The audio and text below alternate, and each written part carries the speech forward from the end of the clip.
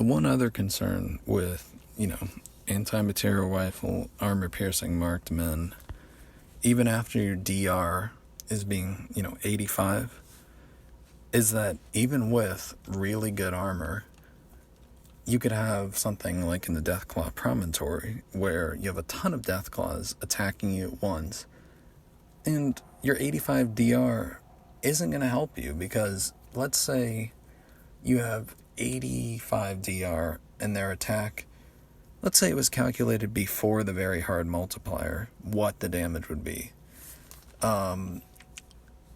If you have 85% of 125 and it comes out to like 18.75 or something like that, if that's what it comes down to, and then your armor has a DT that negates that further, and then let's say on very hard it's doubled after that, that's how I think it works, that could be great, well and great, but you can have a ton of Deathclaws attacking you at once, and a Mother Deathclaw, which does a lot more damage than the regulars, and the potential for its damage to double, attacking you, mauling you, dogpiling you. So you're just gonna want to have healing items like a super stem pack. Stuff like just about anything you need of regular items you can get from the Sierra Madre. Once you complete Dead Money DLC, there's a vending machine which you get free chips for all the time, and it's like the welfare of the Fallout world. You get stem packs, super stem packs, steady, you get buff out, you get medics. You don't really have to get any of those ever again. Now, stuff like Battle Brew, there's definite limits on how much you can get anyway, because mutant cave fungus, that is an ingredient of it, you have to get in Old World Blues in one particular cave, and you can get like 20 at a time there, but that's still pretty good. Do you want to farm it a little bit? Then Med-X is very common. Slasher you get from banana yucca fruit, for example, and Psycho. You have to buy the Psycho. The banana yucca you can get from Old World Blues with this like farming mechanism they have that makes it easy. Another ingredient for the Battle Brew is salient green, which is like a kind of science fiction-y element that you just take and make out of food products, and that's pretty easy to get as well.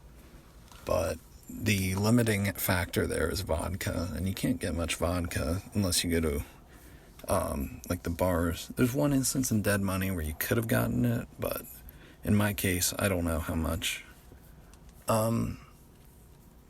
Basically, conceivably, there are a ton of healing items you can stack together.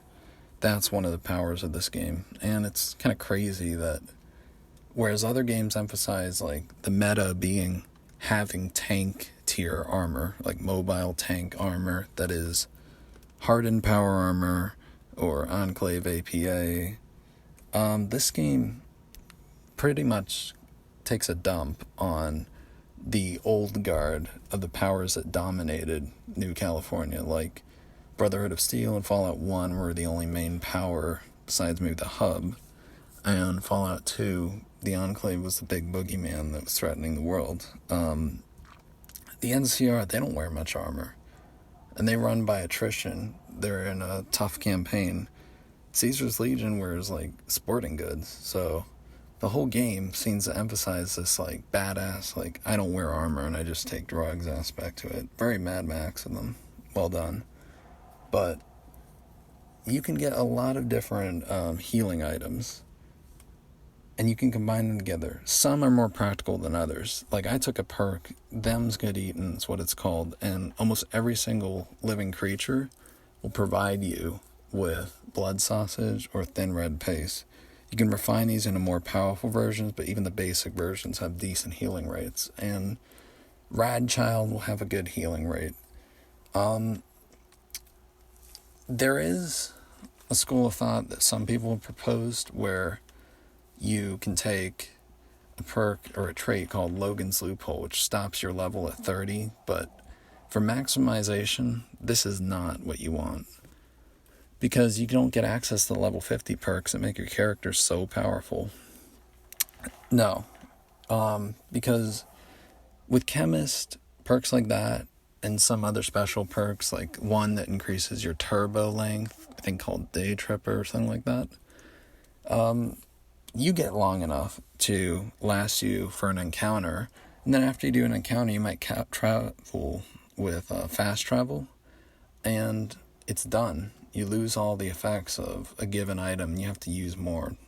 You're better off not taking that perk to double the length of things and just go with having your perks last, or your consumable effects.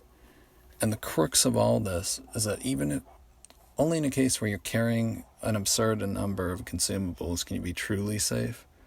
Because you'll find in a place like the Courier's Mile, the death claws there are irradiated death claws. They don't have DT, so you can use survivalist rifle and you can have 12.7 millimeter hollow points like a charm. It does them in good, but they do more damage than a legendary Deathclaw with each of their attacks. Any Deathclaw in Lonesome Road at level 50. So you really want to watch out for those. Basically, even at this meta level where you're carrying a fair number of consumables and your DR, you just got to watch out. They can really kill you. Like, if you don't use Implant GRX and use some evasion and just swipe right through them with melee first, they can still kill you.